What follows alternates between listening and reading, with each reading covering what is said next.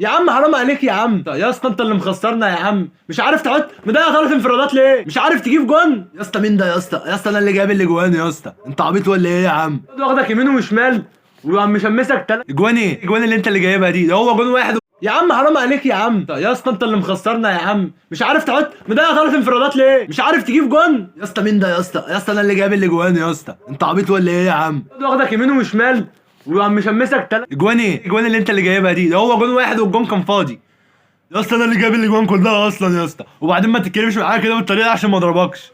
يالا لو قلت لك يالا اكسر عظم وشك يالا. اسكت عشان ما ازعلكش. مش عايز ازعلك مني. مش هقولها لك تاني. تمام؟ ديك في وشك.